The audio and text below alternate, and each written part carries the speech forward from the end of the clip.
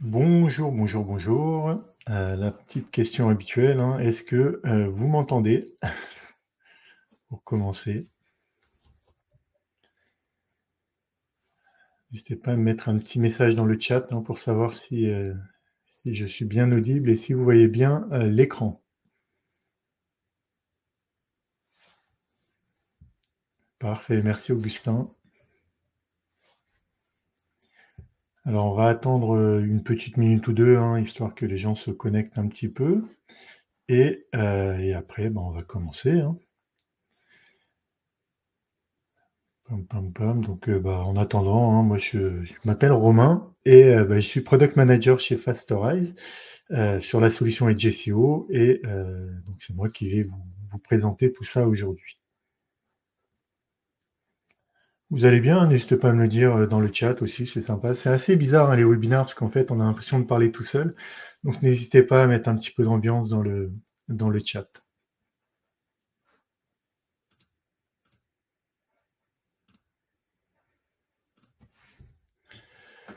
Allez, on va commencer. Bonjour, bonjour Guillaume. Alors aujourd'hui, on va parler de quoi? On va parler de comment décupler hein, vos performances en SEO grâce à l'innovation. L'innovation, en l'occurrence ici, ce sera Edge SEO et au test, hein, le test and learn, hein, c'est quelque chose qu'on aime bien faire quand on est SEO, tester des stratégies, voir ce qui marche pas et les améliorer. Alors, au menu de ce webinaire, hein, avant d'aller manger, un postulat hein, qu'on voit beaucoup, hein, c'est que les SEO, ils ne manquent pas d'idées. Hein, en réalité, ils ont beaucoup d'idées. Souvent, c'est le manque de ressources qui leur fait défaut pour mettre en place ces idées. Dans une deuxième partie, on va voir comment Edge SEO hein, va pouvoir amener finalement un super pouvoir à ce consultant SEO en lui permettant tout simplement de pouvoir être autonome.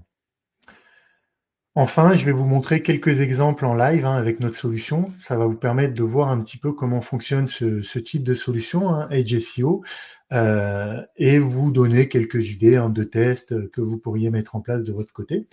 Et enfin, je vous donnerai quelques chiffres hein, pour vous montrer à quel point chez nos clients, une roadmap libérée, c'est un SEO décuplé. Alors, on va commencer par cette photo. Cette photo, c'était pendant le SMX. Hein. J'aime bien montrer cette photo pour une raison simple. Ça aurait pu être un événement antérieur encore. Hein. Mais quand on va à des événements, on revient avec beaucoup de motivation, beaucoup d'idées, beaucoup de choses à mettre en place d'un point de vue SEO. Voilà, il y a souvent des confs assez inspirantes et on se dit, tiens, si on mettait ça en place sur le site, et malheureusement, quand on revient au bureau, souvent on se prend un petit mur, hein, en tout cas, parce qu'on ne peut pas vraiment les mettre en place, parce que soit on a un CMS qui est compliqué à faire bouger, soit on a un manque de ressources IT hein, qui ne nous permet pas de pouvoir être autonome et déployer toutes ces nouvelles idées. Et du coup, ça engendre souvent un petit peu de frustration. La frustration, on pourrait la représenter encore avec cette image. Alors vous inquiétez pas, hein, je ne vais pas faire que des métaphores pendant la présentation, mais cette image, elle représente autre chose. Elle représente une file d'attente hein, finalement, où vous avez tous les gens d'une entreprise, hein, le market, le métier, le boss aussi, hein, le boss qui souvent a un joker hein, pour griller cette file d'attente, le product manager et vous en tant que SEO. Alors évidemment, je généralise pas, hein, mais souvent on est plutôt à la fin de la file. Et tous ces gens-là, ils font la queue pourquoi? Ils font la queue pour avoir des ressources IT pour faire avancer leur projet. Et c'est assez frustrant. C'est vrai qu'on est SEO d'être plutôt à la fin de cette queue parce que nous, on aimerait bien faire plein de choses et c'est pas toujours possible. Alors, quelques chiffres tirés d'une étude, alors vous connaissez peut-être, hein, c'est Aleida Solis hein, qui a publié ça sur son site SEO FOMO, et c'est une enquête qui a été réalisée auprès de plusieurs centaines de milliers de consultants SEO. Euh, donc, qu'est-ce qu'elle révèle, cette enquête? Elle révèle plusieurs chiffres. Donc, le premier qui est important, c'est 53% des recommandations SEO techniques ne sont jamais mises en œuvre. Vous imaginez, hein, 53%, c'est la moitié finalement des recommandations SEO techniques qui sont jamais mises en œuvre. Et pourquoi? Pour trois raisons. La première, c'est par manque de ressources de dev, hein, c'est ce qu'ont répondu les gens, c'est la plus courante hein, qu'on voit. La deuxième, c'est lié à une priorisation insuffisante face à d'autres projets. Donc là, on va retrouver en général, euh, vous avez par exemple, je sais pas moi, un ticket sur l'optimisation du funnel d'achat, il va être toujours plus prioritaire par rapport à un ticket SEO. Et enfin, 25% dû à une complexité technique des recommandations. Donc là, on retrouve par exemple un CMS, si vous êtes sur Salesforce, vous savez peut-être, mais c'est très compliqué à faire évoluer le CMS Salesforce. Va falloir payer souvent des journées de dev sur des consultants qui sont très chers. Et parfois même, c'est pas impossible, hein, parce que rien n'est impossible côté tech, mais ça peut être très très compliqué. Une citation, alors elle n'est pas de moi, je ne l'ai pas attribuée à quelqu'un en particulier, mais c'est quelque chose que j'entends assez régulièrement hein, dans la communauté SEO. Finalement, en SEO, seuls ceux qui déploient leurs recommandations SEO obtiennent des résultats. C'est peut-être impensif, hein, c'est vrai, mais si vous faites rien, à part sur un malentendu, hein, ça peut marcher, mais si vous faites rien, vous n'aurez pas de résultat d'un point de vue SEO. Vous, quand vous êtes SEO, vous avez besoin de trois choses. Vous avez besoin d'être autonome pour déployer des recommandations. Vous avez besoin d'être véloce pour les déployer rapidement et vous adapter à n'importe quel domaine, n'importe quelle problématique. Et vous avez besoin d'être agile hein, pour vous adapter aux updates de Google. Alors aussi bien pour si vous avez quelque chose à corriger parce que vous avez pris une pénalité, mais aussi pour aller chercher des opportunités de trafic. Hein. C'est pas que d'un point de vue pénalité. Des fois, il y a des algos qui changent. Il y a des choses à faire. Et bah, si vous attendez, c'est vos petits copains qui vont les faire et qui vont prendre ce trafic. Là, en l'occurrence, on a tout ce qui est IA générative, hein, les Search GPT, IA Overview, etc. Voilà, il y a plein de choses à faire en ce moment, à tester, à creuser pour voir si ça marche ou pas. Mais si vous n'êtes pas en capacité de le faire, bah, c'est les autres qui vont le faire. Et ces trois skills, hein, finalement, autonomie, vélocité et agilité, ça va vous permettre de débloquer un super skill, ce qui est le test and learn. Et moi, ce que j'aime bien dire, c'est que le test and learn, c'est bah, votre laboratoire de recherche. C'est ce qui va vous permettre finalement d'aller plus loin que vos concurrents, de rechercher des choses et à la fin de prendre des positions, que ce soit aussi bien sur Google, mais sur les IA génératives et ailleurs, hein, finalement, parce qu'aujourd'hui, le search, il est global. Hein. À partir du moment où vous avez une barre de recherche sur un outil, c'est du search. Hein. Alors maintenant, on va voir un petit peu le concept de Edge SEO. Déjà, parmi vous, alors est-ce que vous pouvez me répondre dans le chat, qui connaît le concept de Edge SEO? Est-ce que vous en avez déjà entendu parler? Est-ce que c'est quelque chose qui est nouveau pour vous? Voilà, simplement, dites-le moi en commentaire. Alors, il y a la question qui s'affiche en vrai à l'écran, j'avais oublié. Mais voilà, bah, dites-moi oui ou non, comme ça je vais pouvoir voir un petit peu les réponses et adapter légèrement la présentation. Alors, on va refaire un petit focus sur ce que c'est hein, le concept de Edge SEO. Donc, le concept de Edge SEO, c'est simplement en fait une opportunité d'aller modifier le code HTML de vos pages pour ensuite déployer vos recommandations dessus. À l'origine de ce concept, hein, c'est Dan Taylor qui l'a un petit peu popularisé en 2018, côté UK en tout cas, lors d'une conférence qui a fait pas mal de bruit hein, et qui s'appuie sur deux concepts importants que je vais expliquer. Le CDN et le principe de worker. Donc le CDN, pour vous dire ce que c'est, globalement je pense qu'il y en a pas quelques-uns quand même qui doivent connaître, c'est ce qu'on appelle un Content Delivery Network et ça permet d'afficher vos contenus, enfin de rendre vos contenus au plus près de vos utilisateurs. Pour faire une métaphore, encore une fois, vous pouvez penser à McDonald's finalement qui est présent partout dans le monde et qui permet d'accéder à un hamburger le plus rapidement possible près de chez vous. Alors, la métaphore, elle est un peu nulle, hein, mais c'est pour vous donner une idée. Et les workers, c'est ça finalement qui a permis de mettre en place finalement ce concept hein, de Edge SEO. C'est sur ce CDN, vous avez une fenêtre de code qui vous permet de modifier vos pages et de pouvoir appliquer vos recommandations SEO. Et pour la petite histoire, je ne sais pas si vous connaissez PhilippeIonnet, mais c'est lui qui a aussi, à peu près à la même période, parlé aussi de ce concept en France. Donc c'est une solution web pair friendly, ça c'est très important. Pourquoi? Parce qu'elle s'exécute côté CDN, donc côté serveur, et les modifications que vous allez mettre en place, les recommandations que vous allez déployer de votre côté, elles seront faites avant de rendre le code au navigateur du client et au bot de Google. Donc c'est web pair friendly. C'est pas une solution pour faire le parallèle avec des solutions dont vous avez peut-être plus l'habitude, les solutions d'A/B test qui viennent modifier le code HTML des pages, elles viennent modifier le DOM, mais vraiment côté client. Et ça engendre ce que vous pouvez voir des fois du flickering, et ça pénalise aussi également votre web perf au passage.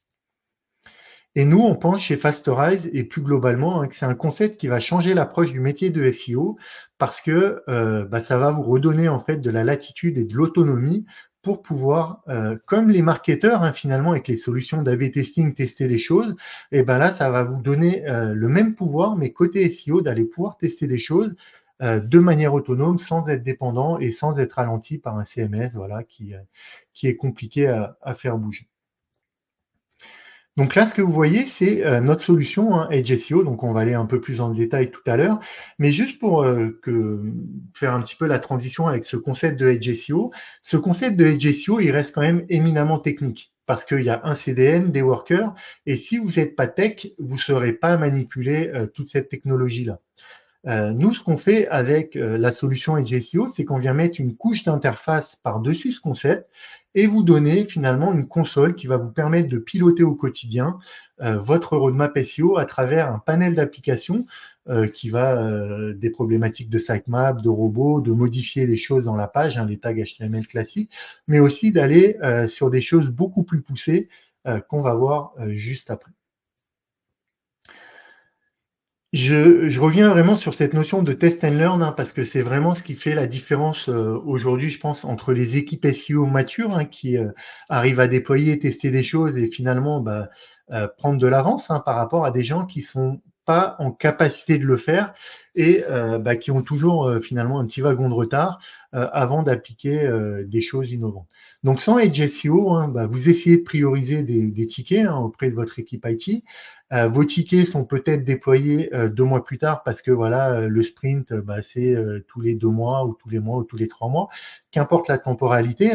Mais quand ils sont priorisés et déployés, pour demander une évolution, finalement pour aller itérer sur votre reco parce que vous voulez la faire évoluer et la modifier, vous allez devoir attendre le sprint suivant. Donc ça peut être très long avant d'arriver à trouver quelque chose qui fonctionne et qui va avoir de l'impact côté SEO.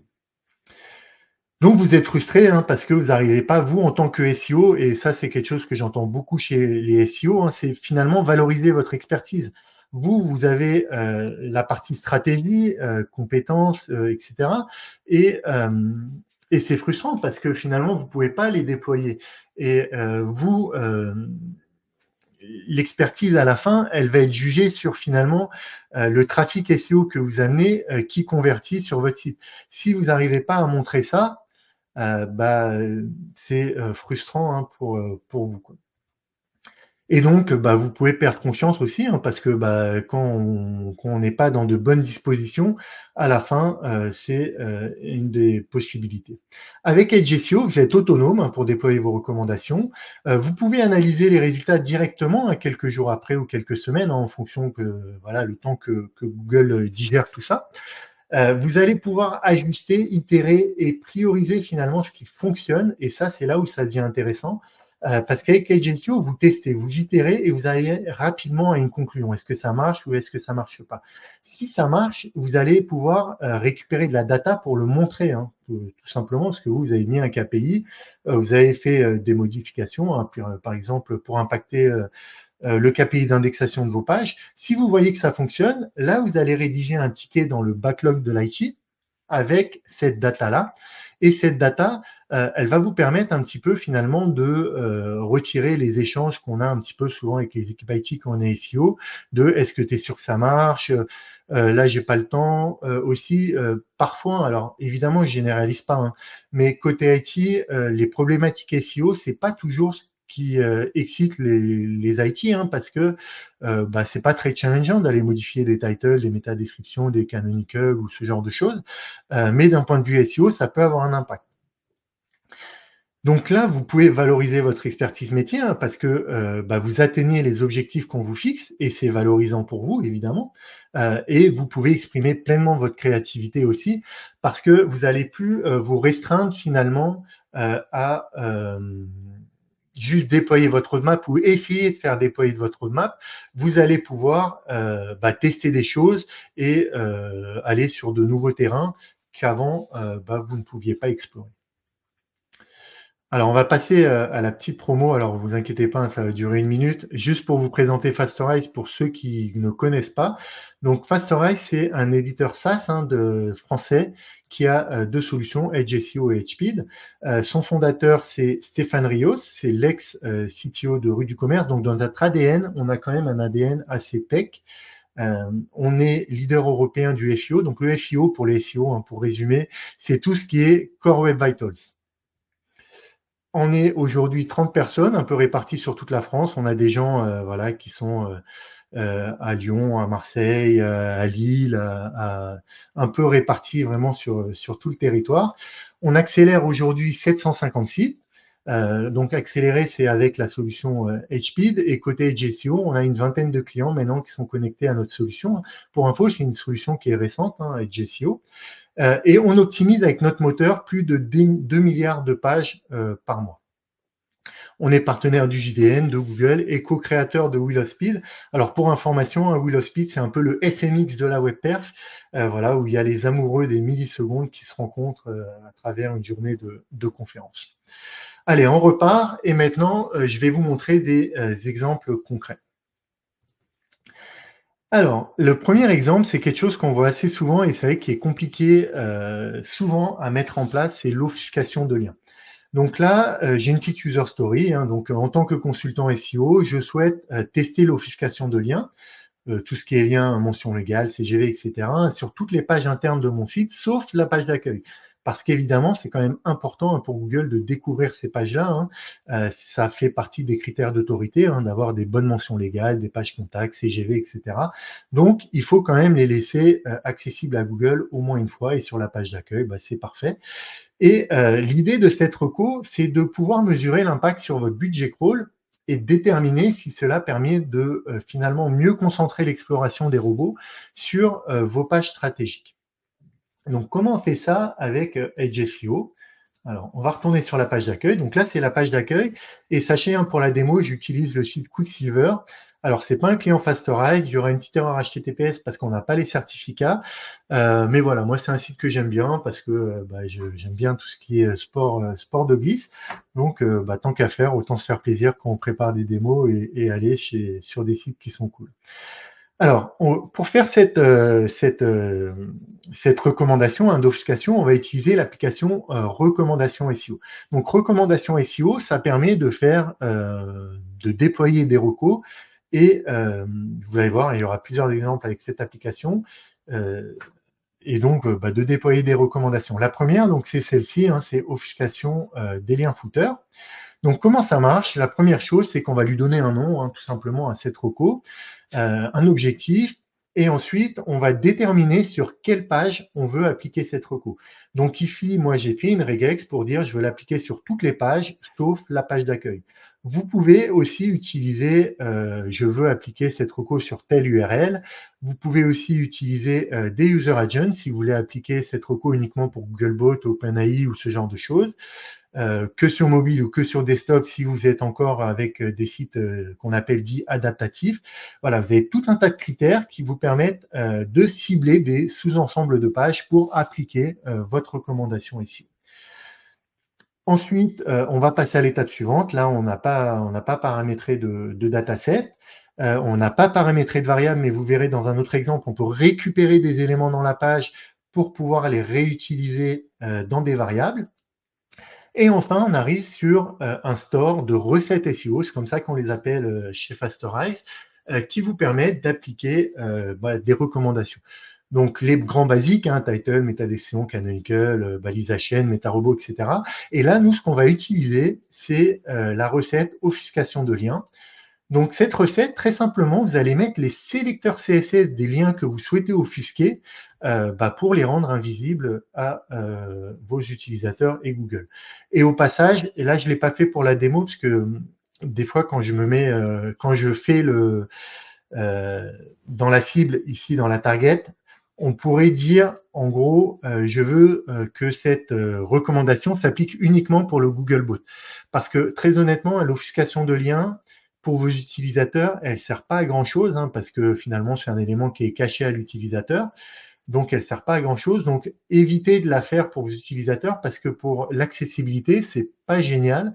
Parce que, par exemple, les lecteurs d'écran, hein, ils verront pas en fait le lien et ça peut provoquer des dysfonctionnements. Voilà, pour ceux qui ont des problèmes de lecture et qui utilisent des lecteurs d'écran. Donc ici, je rajoute donc mes sélecteurs CSS et là, je vais aller sur le site de Quicksilver pour vous montrer le résultat. Donc là, je suis sur la page d'accueil et donc c'est ces liens-là que je veux offusquer. Donc sur la page d'accueil, hein, comme je disais tout à l'heure, vous allez voir, hein, ils ne sont pas offusqués. On a bien les balises à href qui sont affichées parce que on ne veut pas les offusquer sur la page d'accueil pour les raisons que j'ai évoquées tout à l'heure.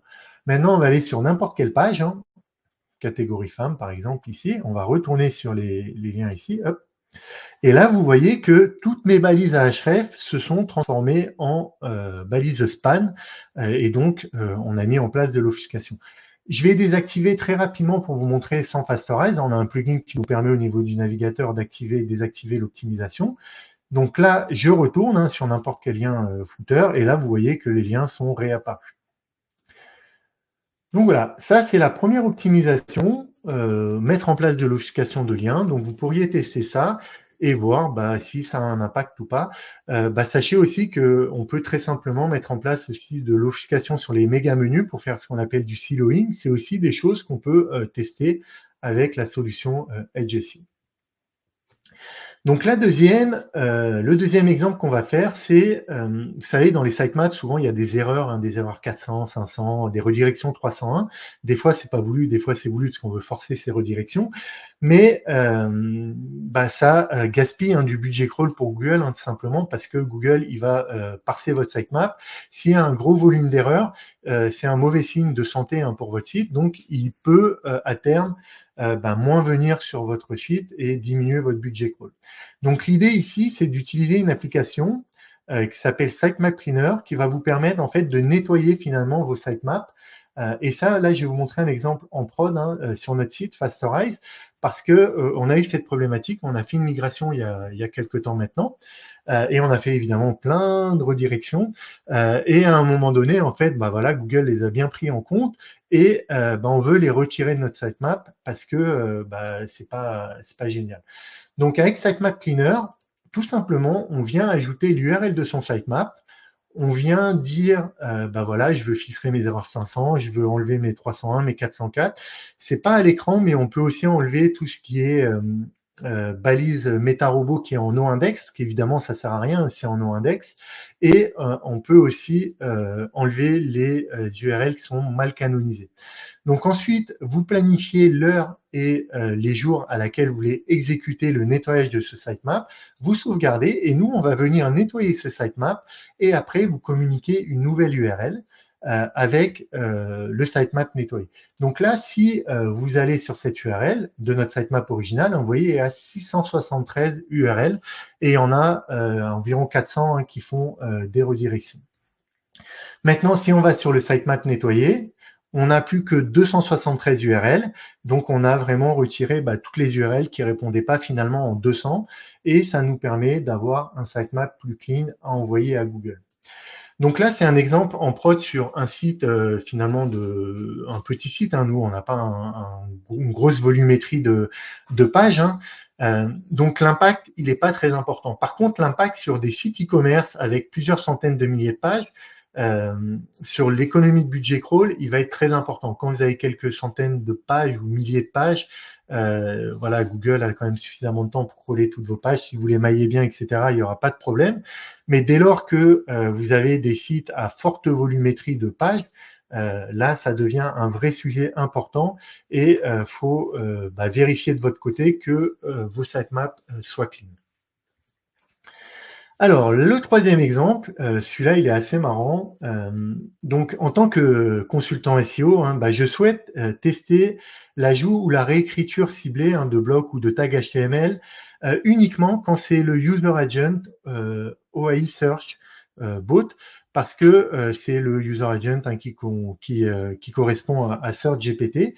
Et en fait, on veut faire finalement un peu de recherche pour voir qu'est-ce qui pourrait faire que je sois mieux positionné dans les SERP avec SearchGPT, enfin dans les résultats de recherche de SearchGPT. Donc là, moi, je me suis amusé, voilà, j'ai fait un petit comment ça s'appelle, un petit échange avec ChatGPT. Alors, je vais aller très vite, hein. L'idée, c'est juste de vous montrer un peu la démarche. En gros, je lui ai dit, qu'est-ce que tu ferais comme test finalement pour me positionner sur ton moteur de recherche? Et là, il m'a donné quelques indications, voilà, de rendre plus visible et plus synthétique finalement les données de la page. Donc ça peut être aussi dans les données structurées évidemment de type produit, de faire un petit exemple de résumé enrichi sans blabla marketing, puisque lui il a besoin d'aller straight to the point, directement au résultat, de rajouter une FAQ, etc., etc. Voilà, il y a plein d'exemples. Après je lui ai dit de me générer finalement ces exemples pour chacun. Et après, je lui ai redemandé aussi de me faire un exemple pour le title et le H1, de me dire s'il y avait des choses à faire. Et donc là aussi, il m'a dit de mettre des choses un peu plus longues et d'être plus descriptif, voilà, pour pouvoir éventuellement se positionner. Donc là, il y a plein de choses que je peux mettre en place. Donc là, je vais utiliser une application finalement qui s'appelle Data Storage et qui va vous permettre d'importer des données dans Edge SEO. Donc, c'est cette application Data Storage et elle marche comment? En fait, on importe un fichier CSV. Et là, ce que j'ai fait ici, c'est que j'ai créé un petit dataset, très simplement. Vous mettez la première colonne URL, ça correspond à l'URL que vous souhaitez, sur laquelle vous souhaitez ajouter et modifier des données. Et après, j'ai créé des colonnes en fonction de ce que finalement ChatGPT m'a répondu. Donc, un résumé, description optimisée, une FAQ, title et H1, et je suis allé renseigner les contenus qu'il m'a donné. Donc là, l'idée après, si vous voulez faire un test à plus grande échelle, c'est évidemment mettre plein d'URL produits et pourquoi pas d'aller faire des appels API directement aujourd'hui depuis Google Sheet avec par exemple OpenAI ou d'autres. Il y a plein de modèles qui existent. Et sachez pour information que bientôt sur Fasterize, sur Edge SEO, vous aurez la possibilité de faire des connecteurs API directement pour rentrer des données dans ce dataset. Donc, on va pouvoir se connecter directement à des API. Donc, ça va vous permettre d'aller beaucoup plus loin encore dans ce que vous pouvez faire. Là, aujourd'hui, vous avez besoin d'un intermédiaire, de le faire soit Google Sheets, soit ailleurs. Bientôt, on pourra le faire directement dans l'application. Donc, ces données-là, très simplement, je vais les importer en CSV. Alors là, je vais importer mon fichier en CSV. Hop, je le télécharge. Donc là, en fait, je l'avais déjà préprogrammé, mais juste pour vous montrer. Alors, c'est celui-là, je le modifie. Hop, voilà, tac, je valide. Alors, c'est pas celui-là, c'est pas grave. Je l'avais déjà uploadé. Voilà. Et ensuite, on va retourner sur la démo. Donc ensuite, ces données-là, ce qui est pratique, c'est qu'on va pouvoir les réutiliser dans les recommandations SEO. Donc ici, on va aller sur cette recommandation, optimisation pour OpenAI. Donc pareil, comme tout à l'heure, vous lui donnez un nom. Ensuite, vous ciblez des pages. Donc là, ce que j'ai fait, c'est que je lui ai dit de s'exécuter uniquement si c'est le user agent qui correspond à OA Search Bot. Et après, de cibler toutes les pages produits pour être large. Mais évidemment, vous verrez que la recommandation va s'appliquer uniquement sur les pages qui sont ensuite dans mon dataset. Et donc là, ce que j'ai fait simplement, j'avais sélectionné la base de données que j'ai importée dans Data Storage.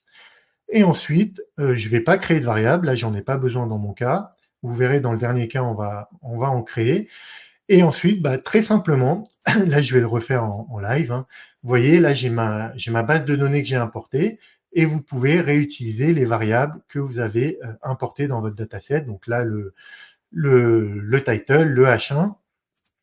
Et après, j'ai rajouté tous les contenus que j'ai importés tout à l'heure, hein, le résumé, la description et la FAQ, au début de la page. Voilà, pour qu'il soit le plus haut dans la page et que si, à tout hasard, hein, là c'est vraiment des hypothèses, hein, si en fait on dit souvent en SEO que le contenu important, il faut qu'il soit en haut, donc là moi aussi je l'ai mis le plus haut possible pour que le crawler puisse le découvrir le plus rapidement possible. Donc là, vous validez, et c'est là où ça devient vraiment cool, c'est que là, on est sur la page hein, que je ciblais. Donc là, vous voyez, il n'y a pas de modification qui s'applique, hein, c'est normal parce que j'ai pas le User Agent OA Search Bot. Maintenant, si j'active avec, j'ai une petite application qui permet de faker comme si j'étais le robot OA Search Bot. Et donc là, si je réactualise la page, vous voyez que j'ai mon petit contenu texte qui s'affiche. Alors évidemment, là, il n'y a pas de mise en page parce que c'est vraiment que pour le bot, hein, c'est pas pour un utilisateur lambda. Donc je ne me suis pas pris la tête, hein, j'ai juste envoyé les données telles quelles, le plus haut dans la page. J'aurais pu même les afficher avant le bandeau tout en haut de la page, hein. Peut-être que ça a un impact, on ne sait pas. Mais peut-être que oui, donc on pourrait tester aussi encore plus haut dans la page.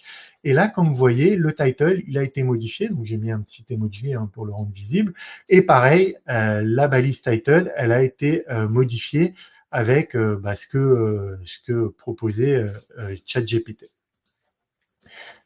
Là, vous avez un outil, hein, c'est un exemple hein, que je donne ici, mais là où je veux en venir, c'est que vous avez un outil très puissant qui vous permet de déployer une démarche de test and learn au sein de votre entreprise. Et aujourd'hui, avec tout ce qui est moteur de recherche IA, hein, finalement, on a un Search GPT, mais à Overview, où on va falloir tester pour voir ce qui fonctionne ou pas hein, et être agile hein, et faire des choses assez rapidement. Là, vous avez un outil qui vous permet de le faire de manière autonome et sans solliciter la ressource côté IT. Et une fois que vous avez craqué le sujet et compris comment ça marche, évidemment, là, vous allez passer via un ticket hein, officiel ce sujet à votre équipe de dev pour qu'elle l'implémente sur votre legacy. Et enfin, un dernier exemple pour illustrer un petit peu et rebondir par rapport au début hein, et de cette photo que vous avez vue du SMX, c'est en tant que consultant SEO, hein, je souhaite tester différentes structures de ma balise title, en fonction des contenus ou contextes, hein, promo, seuil de livraison, branding, etc., afin de mesurer leur impact sur le CTR dans les résultats de recherche et valider l'effet potentiel hein, de l'algo NavBoost sur les pages stratégiques. Alors, pour info, un NavBoost, en gros, moi, c'est une conférence auquel j'ai assisté pendant le SMX, hein, des frères Perronnet. Et un des insights que j'ai retenu, c'est que les clics dans les résultats de recherche, ça avait un impact sur le positionnement. En gros, plus votre page, elle va être cliquée dans les résultats de recherche et que derrière, il y a un intérêt réel que l'utilisateur n'est pas revenu en arrière ou n'a pas quitté votre site rapidement et a passé du temps sur la page, potentiellement, ça va impacter votre classement. Donc, une des choses qu'on peut faire assez facilement, c'est dans la Search Console, aller identifier les pages qui sont, de top 1, à top 5 à peu près, et de voir si elles ont un taux de clic important. Et si elles n'ont pas un taux de clic important, d'essayer d'aller les optimiser, en tout cas d'un point de vue balise title, de voir s'il n'y a pas des patterns qui va améliorer le taux de clic dans les résultats de recherche. Donc là, encore une fois, on va repartir de l'application recommandation SEO. On va cliquer, donc pareil, hein, je donne ma recommandation. Et donc là, moi, ce que j'ai fait, en gros, c'est que si je trouve le mot-clé bon plan dans la page, je vais modifier le title avec une mention de promo hein, pour inciter les gens à cliquer sur la page. Donc, je vais aller sur une des pages où il y a un bon plan, hein, hop, que j'avais identifié, et on ira sur une page où il n'y a pas de bon plan hein, pour vous montrer. Alors, je vais désactiver par contre le User Agent OA Search Bot. Voilà. Et donc là, je suis sur une page où il y a un bon plan. Et ce que je vais faire, c'est qu'avec l'application, je vais essayer de récupérer en fait s'il y a une promotion en cours. Enfin non, s'il y a marqué bon plan dans la page, c'est ça que je vais faire. Je vais récupérer le nom du produit, le prix, et puis avec tout ça, je vais reconstruire ma balise title. Donc comment je fais ça? Encore une fois, je paramètre une regex pour cibler les pages. Donc là, c'est assez simple, hein, c'est quelque chose qui va me cibler toutes mes pages produits. Là, je n'ai pas connecté un dataset, hein, je n'ai pas besoin de données stockées en base de données parce que je vais les récupérer directement dans la page. Et ensuite, je vais paramétrer des variables. Donc, c'est là où ça devient super intéressant, ce que je disais juste avant. Vous allez donner un nom à votre variable, vous donnez le sélecteur CSS. Donc là, il y a l'optimisation qui s'applique. Hein, mais ici, vous avez vu, on a une balise H1 et je mets dièse product name parce que c'est la manière de récupérer le contenu de la balise H1. Ensuite, je récupère le prix du produit, je mets dans une variable globale la marque, hein, on peut aussi récupérer on peut créer des variables globales, hein, il n'y a pas de problème. Et dans la variable isBonPlan, c'est là que je vais voir en fait si elle est présente ou pas dans la page. Donc j'essaye de la récupérer et vous verrez derrière, en fait, si elle existe, je vais faire quelque chose, et si elle n'existe pas, je réafficherai la balise title. Et donc c'est pour ça que je récupère aussi le texte de ma balise title. Et ensuite, je vais très simplement utiliser la recette SEO balise title. Et là, je vais faire ce qu'on appelle un test conditionnel. Donc ici, j'ai des petites fonctions, voilà, helper, hein, qui vont vous permettre d'utiliser un petit peu de logique. Et là, ce que j'ai fait, c'est que j'ai utilisé l'option if else. Donc vous avez la petite documentation à côté qui s'affiche. Et voilà, donc en gros, l'idée, c'est de dire si j'ai la mention bon plan dans la page, ici, alors je vais écrire quelque chose, un nouveau title. Sinon, si j'ai pas cette mention, je réécris la balise title telle qu'elle est écrite normalement sur mon site.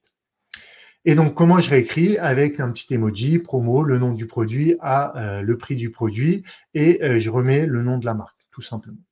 Sinon, je réutilise le title normal. Donc là, j'enregistre. Et donc là, en fait, vous voyez, hein, parce que c'était déjà en place, hein, en réalité. Donc là, vous voyez, j'ai mon emoji promo qui s'est affiché, voilà, avec le bon template de mon title qui affiche le nom du produit, le prix et le nom de la marque. Donc ça peut être très sympa aussi quand vous avez les soldes, les marronniers SEO, de pouvoir modifier très rapidement toutes vos balises title ou vos balises H1 hein, pour vous positionner sur l'événement aussi. Donc là, on va faire. Je vais juste vous remontrer hein, parce que c'est vrai que je prépare en avance, mais pour vous montrer que ça va très vite à modifier. Hein. Ici, si je rajoute quelques emojis, par exemple, voilà, moi j'adore les emojis cœur. Hein. Tac, tac, tac. Vous validez. Bon, alors, il faut quand même un petit peu moins d'une minute hein, avant que ça se propage. Hop. Voilà, mais là, vous voyez, ça s'est déjà propagé. Hein. On va aller regarder la balise title. On a déjà nos deux emojis. Et si je désactive un Fastorize, vous allez voir qu'on va retomber sur le titre normal. Hein, il n'y a pas les optimisations. Et donc là, si on va sur un autre produit, hein, par exemple, donc là, on a l'optimisation. Hein, si on va sur un autre produit, donc là, vous voyez, il ne se passe rien et c'est normal hein, dans la balise title parce que on n'a pas la mention bon plan sur le site. Donc s'il n'y a pas de bon plan, on remet la title courante qu'il y a sur la page. Donc il n'y a pas de modification à réaliser sur la page. Donc encore une fois, hein, ça vous permet de mettre en place plein de tests, de modifier. Voilà, là je vais vous montrer quelques use cases hein, que font nos clients maintenant globalement hein, sur la solution. Mais là, on a passé quatre petits exemples qui vous montrent un petit peu la puissance de cette application-là. Donc, qu'est-ce que font nos clients avec Edge SEO hein? Ils font quand même pas mal de choses aujourd'hui. Ils corrigent des problèmes d'indexation hein, en modifiant ce qui est balise MetaRobot, Canonical. On prépare les marronniers pour le Black Friday, les soldes, la fête des mères, etc. On met en place des redirections. Alors, je ne vous ai pas montré toutes les applications, hein, mais on a des applications pour déployer des redirections. On a des applications aussi pour corriger les inlinks. c'est ce qu'on fait. On a des applications pour diffuser des blocs de maillage interne, pour créer des sitemaps aussi, pour forcer les redirections 301. Donc, je disais, on corrige les inlinks, on peut réécrire des URL aussi pour ouvrir des pages à facettes. Ça, c'est quelque chose que je montre souvent. Là, je l'ai pas montré. Et si vous voulez voir des exemples, vous allez dans la Edge SEO Academy, dans la partie Edge SEO Show. Il y a des webinaires où j'ai montré cet exemple. On peut aussi mettre en place des pages SEO friendly, nettoyer les sitemaps, ça j'ai montré, offsquer des liens. Et évidemment, sky is the limit, hein, c'est votre créativité. Et là, il y a des choses évidemment aussi qu'on peut pas dévoiler, parce que là, c'est les grandes stratégies un peu communes, hein, que tout le monde met en place. En termes de résultats organisationnels, hein, globalement, ce qu'on constate chez nos clients, c'est 5 fois plus de tickets SEO déployés, des délais de résolution divisés par 3 et plus de 70% des tickets qui sont déployés via Edge SEO. Parce qu'évidemment, à la fin, le but, c'est quand même de les déployer sur le legacy. Hein. Attention, hein, ça, c'est important à bien comprendre. Donc pareil, quelques résultats d'un point de vue macro, hein, c'est une moyenne un peu sur tous les sites qui sont clients chez Edge SEO. Un score de visibilité Systrix qui améliore entre 20 et 60%, des impressions dans la Search Console entre 40 et 200%. Pareil dans la Search Console, un CTR qui explose entre 100 et 300%. Des positions top 3 pareil qui s'améliorent, un trafic SEO entre 50 et 80%, et un taux de conversion hein, entre 5 et 10%. Voilà, sachez, c'est public, hein, on l'a partagé au SNX, mais avec Verbaudet, sur du trafic hors marque, ils sont allés jusqu'à 30% de taux de conversion en plus. Donc, c'est plutôt des beaux résultats avec évidemment une agence SEO hein, qui a la partie stratégie, un consultant SEO en interne qui travaille avec l'agence et une solution comme Edge SEO qui leur permet d'être agile et de déployer rapidement leurs recours. Le mot de la fin, hein, avec Edge SEO, vous devenez véloce, autonome et agile hein, pour performer en 2025 pour vos stratégies SEO. Voilà, c'est terminé. Avant d'aller manger, n'hésitez pas si vous avez des questions, je vais y répondre maintenant. Je crois que dans l'onglet questions, il n'y en avait pas, mais n'hésitez pas, hein, c'est le moment si vous en avez. J'espère que ça a été clair, que ça vous a donné envie de vous mettre au Edge SEO. Et je ne sais pas si vous avez vu, hein, j'avais mis un petit lien, mais si vous voulez une démo personnalisée, c'est tout à fait possible. Voilà, il vous suffit de demander et puis on mettra ça en place avec vous.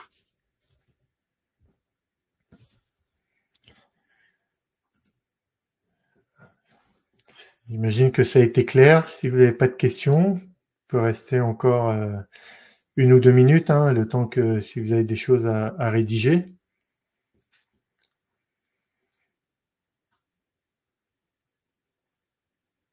Merci Andrea, merci Émilie.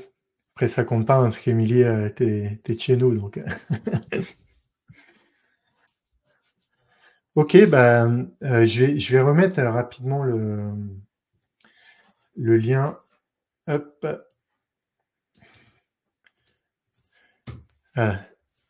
En gros, vous pouvez vous rendre sur cette page et il y aura un petit formulaire à remplir, je crois, à la fin, si je dis pas de bêtises. Et on vous recontactera juste derrière. Alors pour le replay, il sera envoyé, hein, je crois que c'est ça. Bah non, il est déjà. Non, c'est le e-book. Mais je crois que le replay, en fait, vous allez sur la même URL où il sera renvoyé automatiquement. Voilà. Merci pour la précision. Ok, ok. Écoutez, je vous souhaite à toutes et tous un très bon appétit et puis à bientôt. Au revoir.